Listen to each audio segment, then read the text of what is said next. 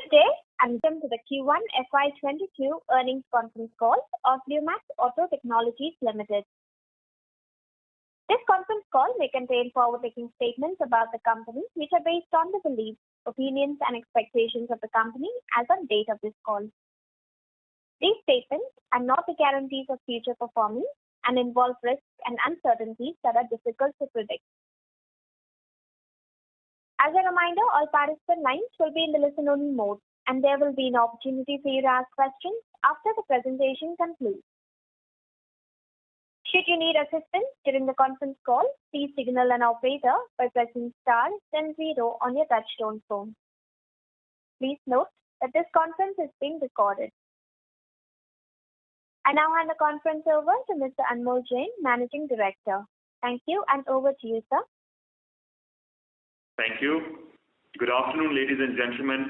A very warm welcome to Q1FY22 earnings call of Lumax Auto Technologies Limited. I hope you and your loved ones are safe and keeping healthy amidst these challenging times. Along with me on this call, I have Mr. Deepak Jain, Director, Mr. Vineet Sahni, Lumax Group CEO, Mr. Sanjay Mehta, Director and Group CFO, Mr. Vikas Marwa, CEO, Mr. Ashish Dubey, CFO, Ms. Priyanka Sharma from Corporate Communications, and Mr. Ankit Chakral from the Finance team, along with SGA, our Investor Relations Advisor. The results and presentations are uploaded on the stock exchange and company website. I hope everybody had a chance to look at it. Let me start by giving an overview of the industry performance. It would be unfair to compare Q1 of current year vis-a-vis Q1 of last year.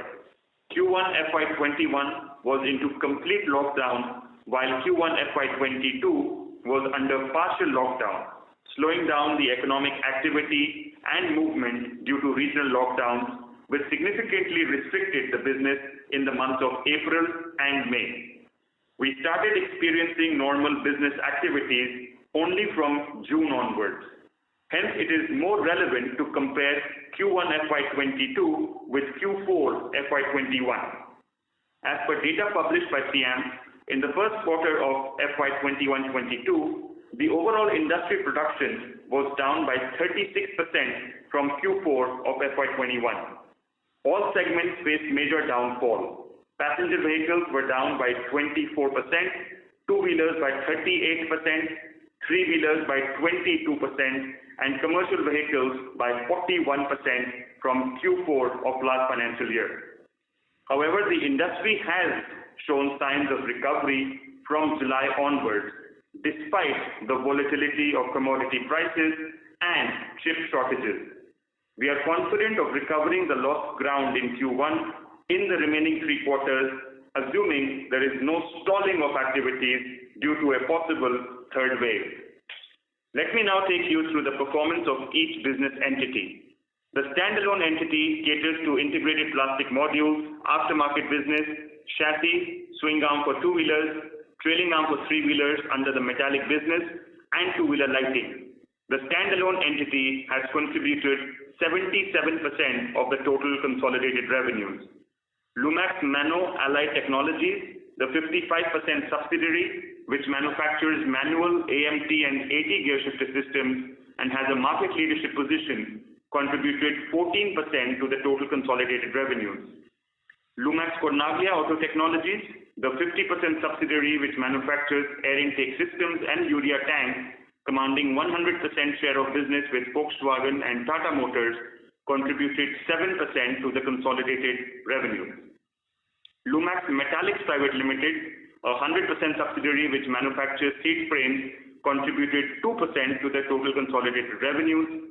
The company is confident of increasing the revenues over the next few years with the start of new launches in the current financial year. Lumax Auto Technologies is a 50% subsidiary which is engaged in design, development and production of gear shift towers, automated manual transmission kits, all gear sensors and forks. The production has started to pick up as per the OEM schedules. Lumax Ituran is a 50% joint venture with Ituran Telematics of Israel.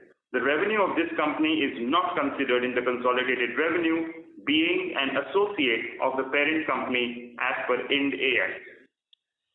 The technology landscape is changing rapidly in the automotive industry. We see evolution and adoption of information and communication related technologies at an unprecedented scale.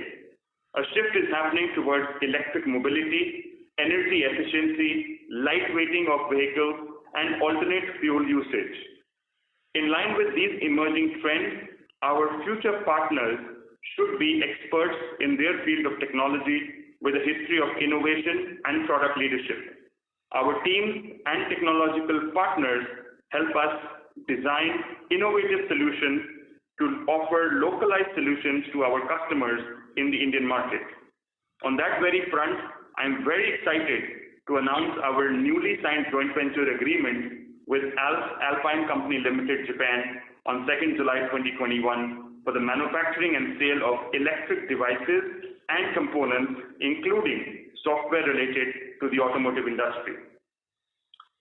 The company made two significant new launches during the quarter.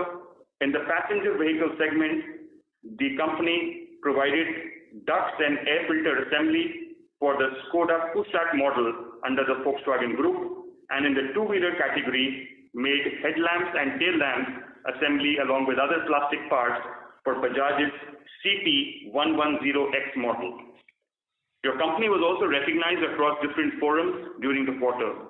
The Chakan, Chinchwad and Aurangabad plant of the company won gold awards in QCC competition held by Quality Circle Forum of India, and the Chakan plant of the subsidiary company Lumax Allied Technologies Private Limited won the silver award in the same competition. Lumax Allied Technologies, the subsidiary company, won first position in the competition held by ACMA in customer complaint and best HR practices category, and the Aurangabad plant of the company won second position in the same ACMA competition in productivity improvement Kaizen category. At Lumax, we are well positioned to capture the growing market opportunity with a diverse basket of products and capabilities to better serve Indian OEMs. We constantly strive to unlock new opportunities and achieve operational excellence. Now, I would like to hand over the line to Mr. Sanjay Mehta, Group CFO, to update you on the operational and financial performance of the company.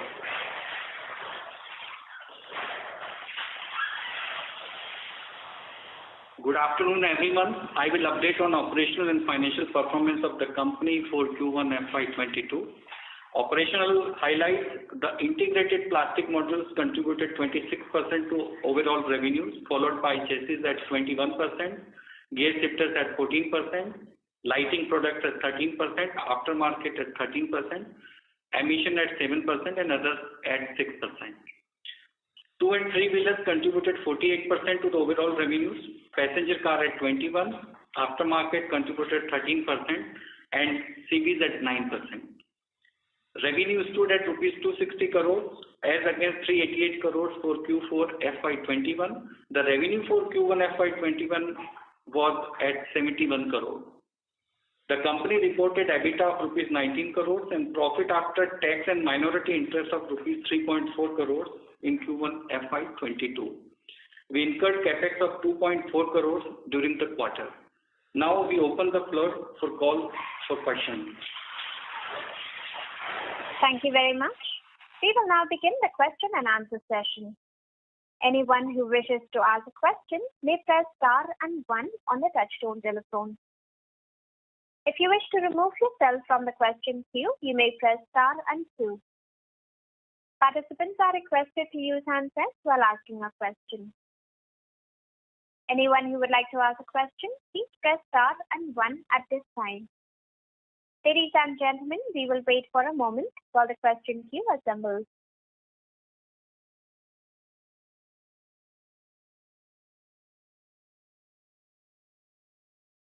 The first question is from the line of Abhishek Jain from Dolat Capital. Please go ahead. Congrats for decent set of numbers in a tough time. Sir, strong traction is coming in the two-wheeler EV segment. So how you are preparing yourself to leverage this opportunity? Which all products are you looking to supply in EVs and lightweight side? So thank you, Abhishek, for the encouraging comments. So on the EV space, I think our view is that it will still take some time unless and until the electric vehicle is able to penetrate into a wider share of the total two-wheeler market. We still feel that, yes, it will penetrate faster than the passenger cars, but the ICE engine will still be the mainstay for quite some time. However, the good part is that there is no component in the current portfolio which gets affected or is at risk of deletion under the EV space. We have also made some further progress in acquiring certain businesses on the EV models in the current quarter. And I can only say that, again, our strategy of electronics and plastics footprint to grow in the future will also go a long way in helping us serve some of the two-wheeler EV models. Okay, sir. Sir, you have won the gear shifter, lever assembly, and the urea tank order from the CV segment. Although this business is quite small right now, but I wanted to know what is the revenue visibility for the next 2 years from these two products, especially in the CV segment. So if you look at the gear shifter specifically on a full year basis, the company did approximately 125 crores of revenue in the last financial full year. I think we do anticipate a strong growth in the current financial year, mainly because of the technological changes, because going from MT to AMT or AT, also to get into a better wallet share in few of the customers. So for those reasons, we do see a good growth in FY22 on the gear shifter business. Coming to the urea tank business, I think because of urea tank, Lumax Cornaglia as a company was perhaps only a company which still showed a growth in the positive territory last year, despite Q1 being under lockdown. And we have good engagement and an order book for the future on the urea tank. So we do expect this to grow as well. I would not be able to give you accurate numbers of the next 2 years because there is a lot of uncertainty and volatility still. But I can only share with you that both the products have a good order book and are looking at a promising growth in the coming 2 years. So how much realization per unit in the gear shift lever business right now? So the gear shifter, in terms of you're talking about per vehicle? Yeah, per vehicle realization. So approximately on a manual transmission, let's say the per vehicle would be anywhere between 350 to 500 rupees, depending again on the model. But as I said, the technology is changing more rapidly towards the 80, and we do expect a significant 3x to 5x multiplying effect on the per vehicle revenue the minute we go to the 80 technologies. So what is the contribution of the 80 in overall portfolio right now? Right now it's about 20%. About 80% is still empty. Okay. Sir, in aftermarket business, basically we have seen a sharp degrowth in this quarter because of the lockdown. And although that in FY21 it was quite strong. So just wanted to know that what sort of the growth you are looking from this segment in the next 2 to 3 years, where the base is quite high, and what would be the key driver? The aftermarket as a segment, because of regional lockdowns, did get severely impacted in Q1. However, I'm very happy to share with you that in the month of July and let's say partial August, in the last 45 days, there has been also a very sharp and steep recovery in the aftermarket since the retail markets have now opened up. We are probably back to our Q4 revenue levels in the aftermarket, looking at July month standalone. Giving you a broader perspective of the long term, I think I have always maintained that over the next 3 to 5 years, we would definitely like to double our aftermarket portfolio in terms of revenue. The company does accept and is cognizant of the fact that aftermarket is really a better profit margin earner for the company as well. And in line with that strategy, I think the company has ambitious plans of launching new products, both with the current set of segment as well as getting into new product lines to increase our footprint across India and increase our revenues of the aftermarket in the next 3 to 5 years. So which all products you are going to introduce in aftermarket? Can you throw some light on it? So there will be many products. There are many products under feasibility right now. But first and foremost, we have gone into automotive mirrors as well in the past. We have also gone into electric horns and cable assemblies, also some plastic painted products. So these are some of the new product segments which we have entered into. Of course, having said that, we have also expanded our model range within the lighting segment, which still contributes significant share of the total aftermarket business. And going forward, we will still keep on evaluating and launching new product segments which make business sense. So how is your tie-up with Lumax Industry? Basically, you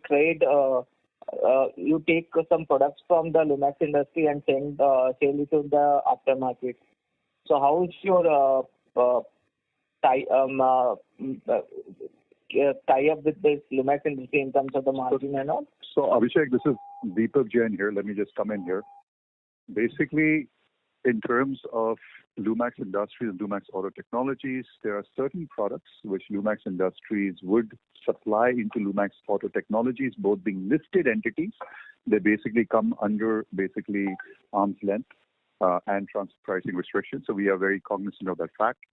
And also, as Lumax Auto Technologies, as Mol just said, they would basically, depending on the expansion of market and products, would also be sourcing from basically other suppliers. So that's a similar relationship which Lumax Industries would have for Lumax Auto Technologies in the aftermarket space. Lumax Auto Industries would only be supplying certain lighting products, which basically would be non-conflicting with the OEM. Okay. Sir, my next question is related with the plastic parts business, especially for the four-wheeler side. You are setting up a plant in the Bangalore. So just wanted to know what is the progress now and how would be the asset turnover of this plant? Vikas, can you share some light on the four-wheeler business of Bangalore? Yes, sir. This Bangalore plant actually is a brownfield expansion. Currently, we are doing the two-wheeler molded parts. I'm so sorry to interrupt you, Mr. Marva. Your audio is not very clear, sir. Say again? We can. Okay, Vikas, I don't think you're audible, so I will take that question. I think the brownfield expansion is primarily to cater to the passenger car. I think Bangalore plant largely has been catering to the two-wheeler space so far, but the brownfield expansion is to cater to the four-wheeler plastic products, mostly kinematic products, and to get a higher contribution per vehicle. Your question on the asset turns, well, brownfield expansions historically have been a much more better financially feasible compared to a greenfield one. So we do expect, I think, this particular plant right now as a 1:1 asset turnover. I think we do expect it to go up to possibly 1:1.3, 1.5 in the coming 1 or 2 years. Thank you. I would request Mr. Jain to rejoin the queue for follow-up questions. The next question is from the line of Apurva Mehta from AM Investments. Please go ahead. Yeah, sir. Congratulations on good set of numbers on this type of. Just wanted to ask about this new JV, Alpine, and what is the product profile and why such JVs that we have so many JVs now. We are adding one more JV. So can you throw some light? What is the capex program, product profile, and how excited are you on this JV? I'll take this question. Thank you very much. See, the Alpine, first and foremost, is a global player which is having a revenue of about $8 billion almost. Now, if you see it in our joint venture partners, you rightly said there are multiple joint ventures which we are having, and this is the company's ethos that if it is fitting a company or customer need, we would actually go ahead and actually capture that opportunity, although it may take some more time for realization of those opportunities depending on the market dynamics. Now, Alpine, I think, could be one of the key cornerstone joint ventures for the future of Lumax Auto Technologies. If you were to see in the Lumax group, we have probably this would be the largest joint venture partner in just terms of revenues. Also, we're very excited because if you see our press statement, the product category is something which is extremely futuristic, specifically also when the whole mobility transformation is changing. Anmol just had talked about the strategy to talk about EV or case connected cars. We are fundamentally going into the sensorization and the electronification, which as Alpine is a leader in globally. So they do basically manufacture components which would cater to this product line. Since it's a very recently signed joint venture, we are still in the process of feasibility study, which we expect to complete in the next quarter with our customers. But as already have in its product category, the customer, which is one of the largest customers, which is Maruti Suzuki. So we will be closely talking with them and other basically customers also, Japanese and non-Japanese. So once our business plan scenario is complete within the next quarter, we would be able to share some more details on it. Thank you. And can you throw some light on, the JVs which we are having that about sensors and, York and Uturan and where they stand? Because last few years we are seeing that mostly these JVs are not performing or, getting into losses. And I know they are long-term stories, but if you can just broadly, know where they stand now and what is in next 2 years, what is going to happen, starting from the sensor FAE. So, Apurva, I think how I put it is that if you look at the joint ventures and subsidiaries put together, they contribute roughly around 20% of the consolidated revenues today. Yeah. I've always maintained that in our midterm plan of, let's say, 3 to 5 years, we do expect that the joint ventures and subsidiaries would possibly garner a 1/3 share of the total consolidated revenues.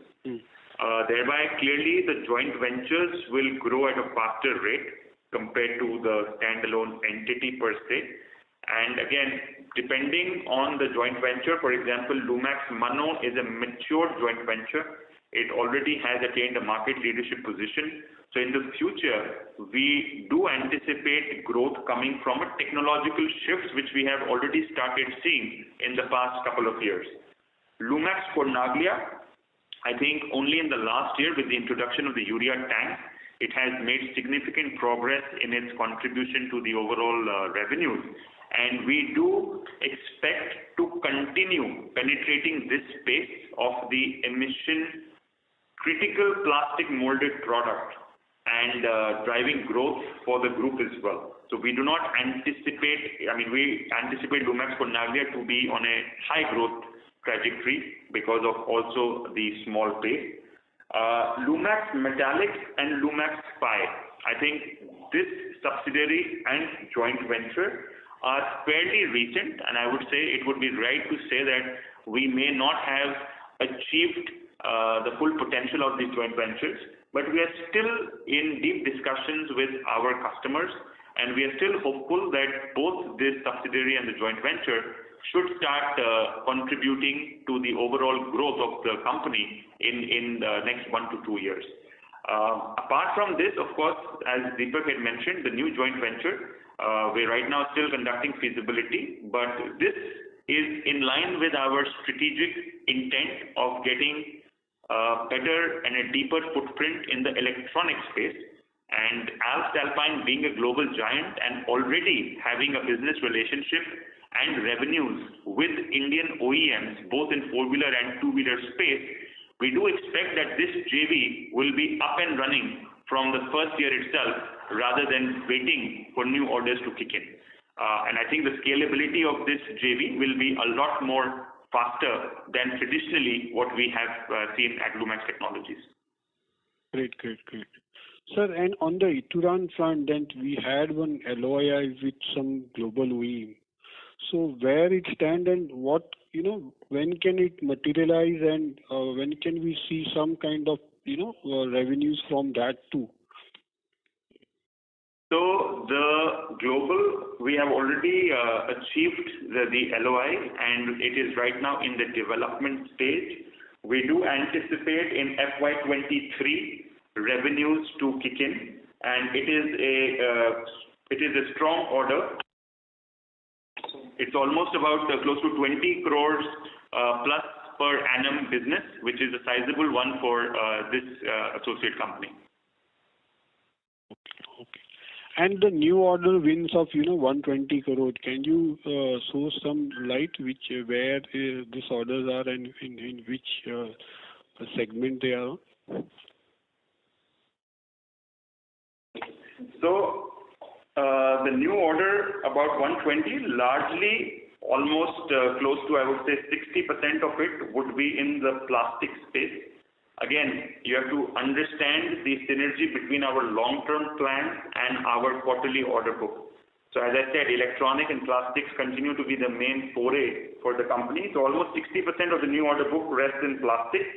Apart from that, there have also been some significant wins on the metallic chassis, where we have penetrated to the premium biking segment of Bajaj Auto. We were already on the export models, and now we are also going to be supplying to the premium KTM range. And also the telematic win, which I had just mentioned to the tune of 20 crores, is one of the key order books. Apart from that, even the lighting and the gear shifters continue their organic wins for new orders. And your outlook for this year, which you are targeted around 30% growth, we still stand to that, where we had a little weaker Q1. And so we still hope that we can achieve this 30% kind of growth for the year? I think it would be appropriate to wait and watch for Q2, and still there is a lot of volatility. But I think given the performance of the last 45 days, I am pretty hopeful that if the similar momentum were to continue, we would definitely be able to outperform the industry. As per SIAM latest estimates, the industry is likely to grow anywhere around 15 to 18% for the full year. So given our track record of beating the industry estimates, I do expect maybe upwards of 20% growth for the current year, but I would be able to throw some more light on it maybe at the end of Q2 call, please. And any update on the semiconductor side, where we are listening a lot of buzz from that there will be 10% kind of production cut overall for the year, and any update on that? And if you can throw light on that, are we going to be affected from that end also, or we are not affected? So let me take that question. I think from a semiconductor industry point of view, I think it's still very, very early to say how much annually the industry would get impacted. I am aware that some of the companies have made a statement. However, as an industry, I think the formal statement has still not been out.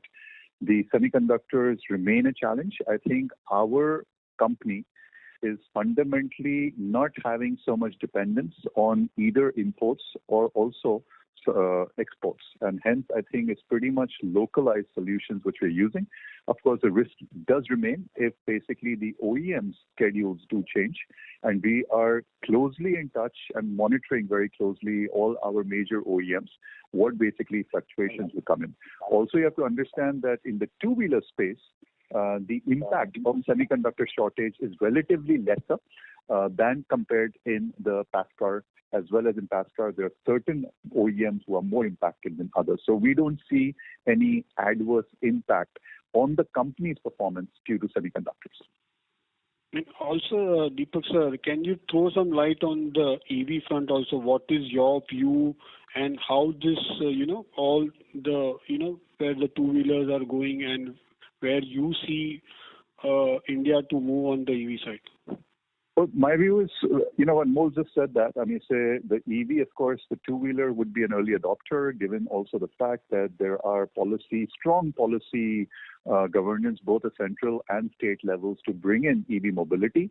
I think the key part here is that the company is engaged with the major players in the two-wheeler space. As you also know that all the two-wheelers, current OEMs are also having their EV strategy, which will be helpful for the company when you're doing it. We have also done a risk mitigation on the products which we are currently having, and we don't see any adverse risk in the near future, which will impact because of this whole EV transition. My personal view is that I think this whole EV space will definitely play out a lot more faster now in the two-wheeler space. Also happy to say that we're already engaging with the new age players, which have not been our traditional customers, and we are looking at business opportunities in the EV. In terms of the strategy, I think in the EV space, there is motors, controllers, batteries. I think the company and the group is looking at now lightweighting, basically trends of case in terms of connected, as well as I think the sensorization, electronification, which will also be rapidly adopting in the EV space. I think that's where we would position ourselves. And still continue to look at opportunities on localization when basically the EV story is playing. But we are very excited about this, and I think this transition will only help the company to perform better. So this new JV is all about that only, where we see that playing a critical role on that front? So you're absolutely right. I mean, so if you see most of our JVs in the last 2 to 3 years have basically been on new tech areas. And, unfortunately, the EV space is still to play out. And it very quickly occupies this whole new opportunity. You have to understand that very clearly. A startup usually takes about 7 to 8 years gestation. We have been trying to do it in 3 to 4 years. And a JV is like a new startup. Also, you have to understand clearly that there are only limited opportunities which will happen for a certain window. Unfortunately, in the last 2 years, whatever JVs we have done, I think also some corona impact has happened, where, say, globally our partners also have been impacted. It's not Indian impact, it's a global impact. But I think as we are coming out of this, we will definitely see a lot more traction. Happy to say that most of the JVs have got a great customer engagement, and at least that's building up the brand on individual JVs per se. So we are definitely very bullish about the future in terms of the strong performance, because that's something where it will give a hyper growth in years to come once basically the new story mobility plays out. And last question from my side, on the export front, are we, where we have a lot of JVs and there are a lot of outsourcing stories from JVs also, is there any possibility that there can be a big outsourcing story for us also, where we can supply to with the help of the JVs, or we outsource, or we have some products which we'd like to export over the period of time? And are we looking at export as our, long-term strategy for growth or in this Lumax Auto? So export is definitely on the... go ahead, Amos. You take it. Yes, absolutely. I was saying that in our long-term strategy, export continues to be a key focus area. And as you rightly suggested and said that, most of our joint venture partners, we are trying to see if through certain cost advantages we could utilize India's production base for some of their global plants requirements and move the production to India, thereby giving the impetus to the joint venture and in turn also giving certain cost advantages to our foreign partner. So some of those discussions are already underway. We do anticipate that we would be able to perhaps start the export business through our partners first, and case in point is Lumax Mano, where we first attained the market leadership in the domestic market, and today we also are suppliers to certain programs in the overseas market, and even in one of the other joint ventures like Lumax for Naglia, we have recently also acquired some export business for the Indonesian market. So there are already some inroads made, but as a long-term strategy, I think we will be continuing to focus a lot more and increasing our export footprint in the company. Great. Thanks a lot, and wish you all the best. Thanks. Thank you. Thank you. Ladies and gentlemen, you may press star and 1 to ask a question at this time. The next question is from the line of Hasmukh Gala from Finvest Advisors LLP. Please go ahead. Hello, sir. Congratulations for really good set of numbers. Never expected this kind of Q1 performance. Sir, my question relates to mainly our JVs. Right now, as you rightly said, that the revenue is very less. I think all put together, last year they had a revenue of about 230 odd crores. Now, how is the production activity being conducted for these JVs in India? Like, are we importing the major components or in semi-knockdown condition and just assembling here?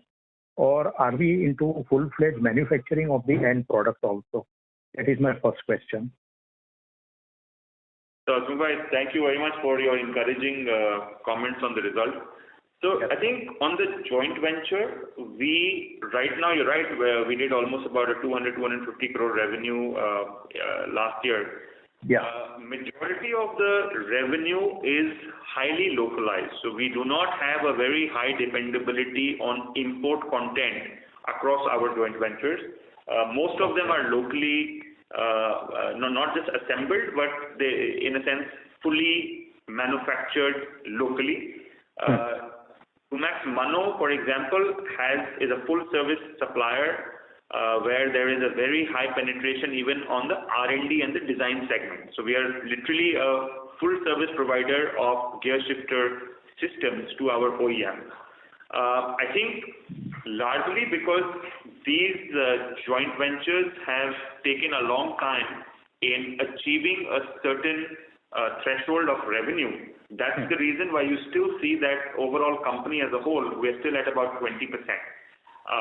Also, certain joint venture partners, the strategy or let's say the common intent for the Indian market took some time to synergize and balance out.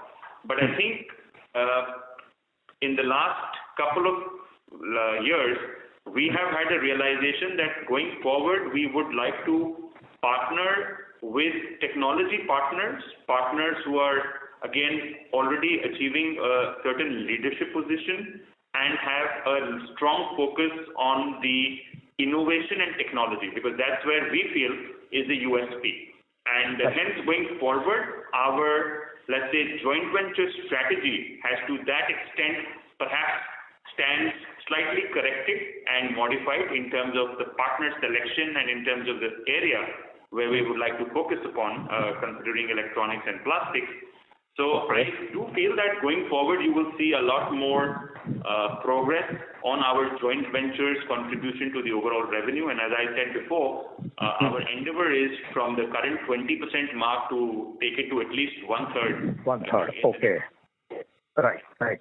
The second question is, so how much investment have we made in these joint ventures all put together? So about 75 crores is the total investments we have made so far in all the joint ventures. From Lumax Auto side? Yes, from Lumax Auto, our contribution to this. Our contribution, okay. My another question is, you said that capex of the 2 odd crore. So what is our plan for full year capex? So full year capex plans would be anywhere between 80 to 90 crores. And this is what we would envisage. Obviously, the majority of it would go into the Bangalore brownfield expansion, also in setting up the new businesses for the metallic business of the Pulsar and the KTM family. Also certain gear shifter expansions to manage our customer needs. Those would be the key areas of investment. However, 80 to 90 is what we envisage, and I think in Q1 we've done only a negligible 2 to 3 crores of capex out of this 80 to 90. Right.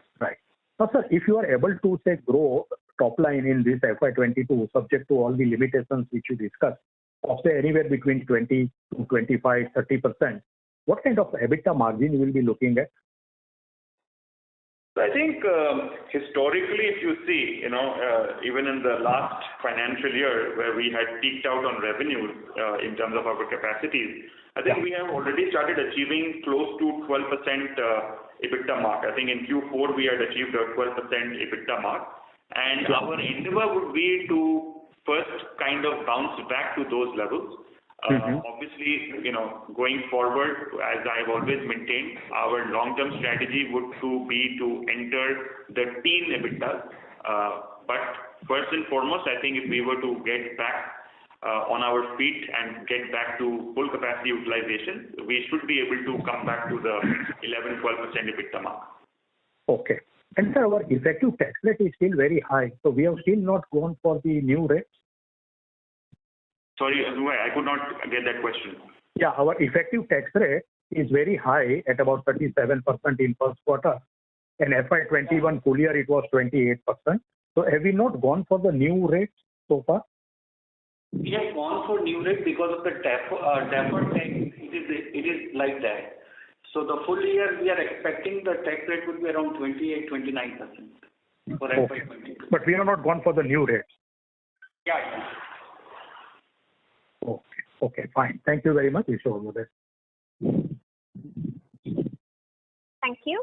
The next question is from the line of Nirmal Bari from Samiksha Capital. Please go ahead. Yeah, sir. Thanks for taking my question. Yeah. Am I audible? Go ahead. Yes. Yeah. So the first question is on the current quarter. What was the revenue loss as compared to what we were expecting?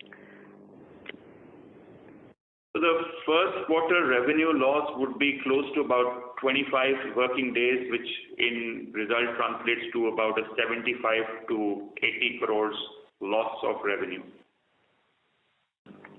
Okay. So if we had this and at a similar gross margin level, then our EBITDA should have been closer to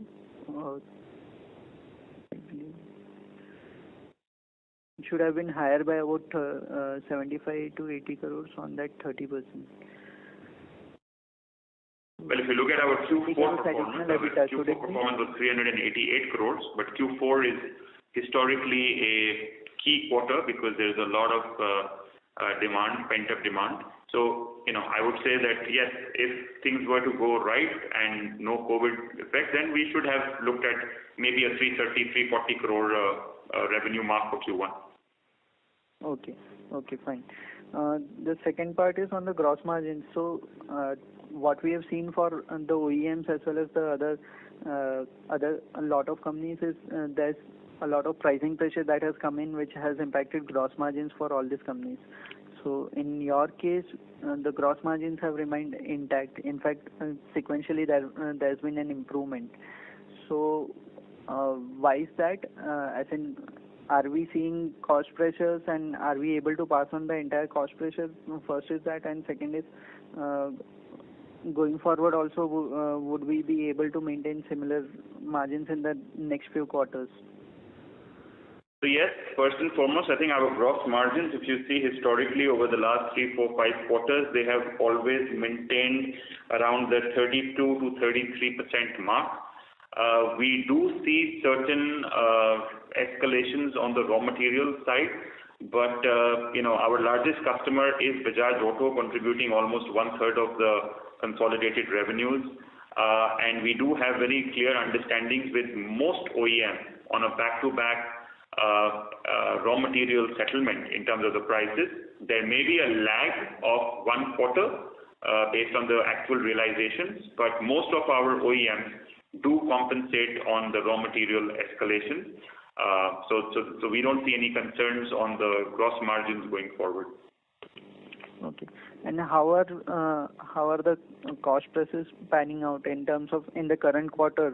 Because we have been hearing some stories about steel prices again, as in steel companies again asking for hikes. So for our product basket, which is plastics and metals and all, how are we seeing the pricing at present?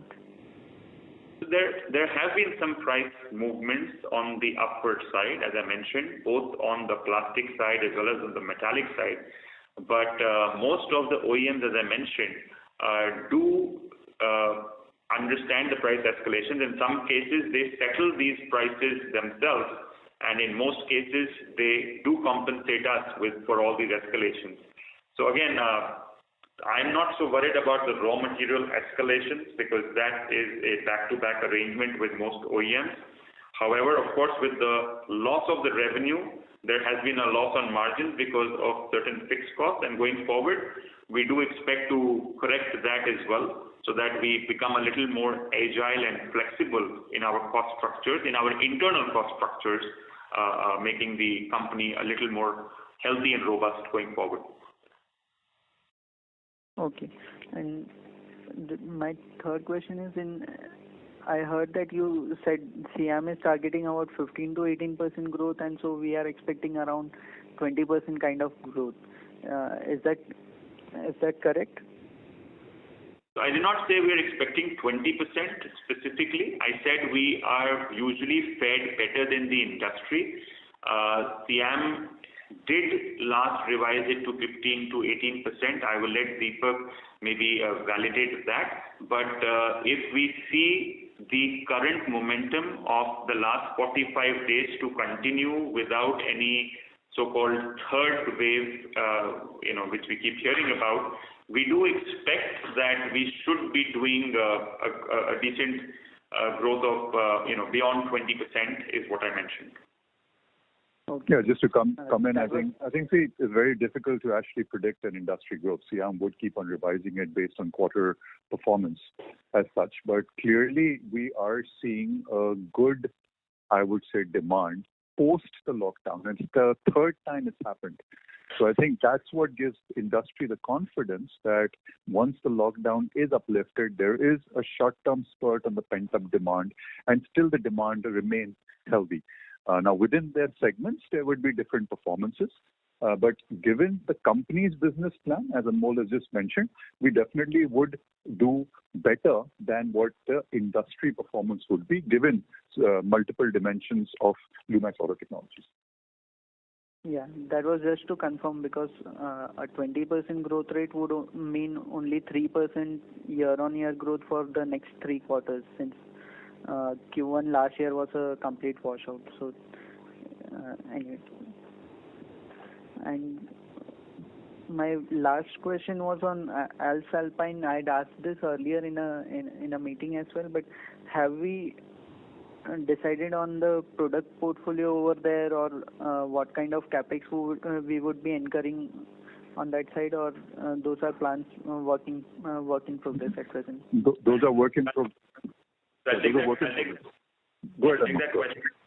Number one, on the 20%, I just want to correct you. I think when we're talking about a 20%, we are talking about the full year 20% and not just the next 3 quarters at 20%. So it also takes into consideration the downfall of Q1. So if you compare on a year-on-year basis, we are talking about a 20% on a full year FY21 vis-a-vis FY22. Number 2, on Alps Alpine, I think as mentioned earlier, the product category is broadly electric components, the sensorizations, etc. And they also have a key player in the switches business with supplies to certain OEMs in India currently. Right now, I would be not able to comment on the capex outlined because the business plan feasibilities and customer engagements are still on. But I do hope that in the subsequent quarters I can shed some more light on it. Okay. And just to clarify, I had assumed 20% growth over FY21 in FY22, and based on that, it comes that for the 9 month of that is Q2, Q3, Q4 of FY22 versus Q2, Q3, Q4 of FY21, that would mean a growth of just 3% for those 3 quarters. That was what I was coming to, with a 20% growth. Sure. Okay, thanks. I'll fall back in the queue. Thank you. Thank you. The next question is from the line of Rakesh Jain, an individual investor. Please go ahead.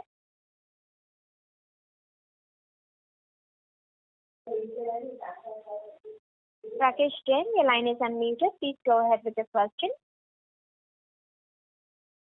We would request you to unmute yourself from your mobile and go ahead with your question. Due to no response, we'll move to the next question. The next question is from the line of Ayush Oberoi from Victor Delta Securities. Please go ahead. Thanks for the opportunity, sir. I have a couple of questions. The first one is that government has announced update on scrappage policy. So how much beneficial it would be for us? I think the scrappage policy, what the government has just very recently announced, I think from our perspective, I think we still need to evaluate in the long term. We are not in our business plans any uptick because of the scrappage policy. Okay.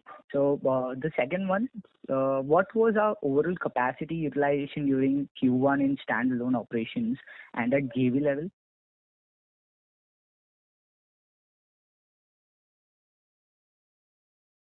Hello. Sorry, can you repeat that question? Yeah. What was our overall capacity utilization during Q1 in standalone operations and at JV level? Yeah, I'll let the finance team answer that. Sure.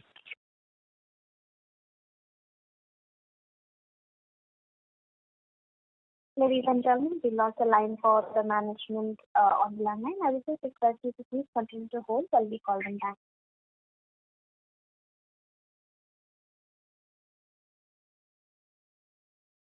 So I can take that. I think from a Q1 level, I mean, say our capacity utilization is better in terms of about almost close to 70% plus.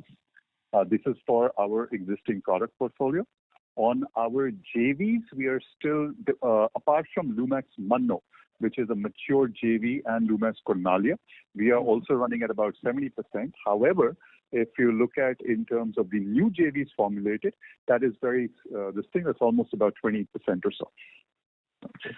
And another part is, how is the demand momentum in the month of July and August?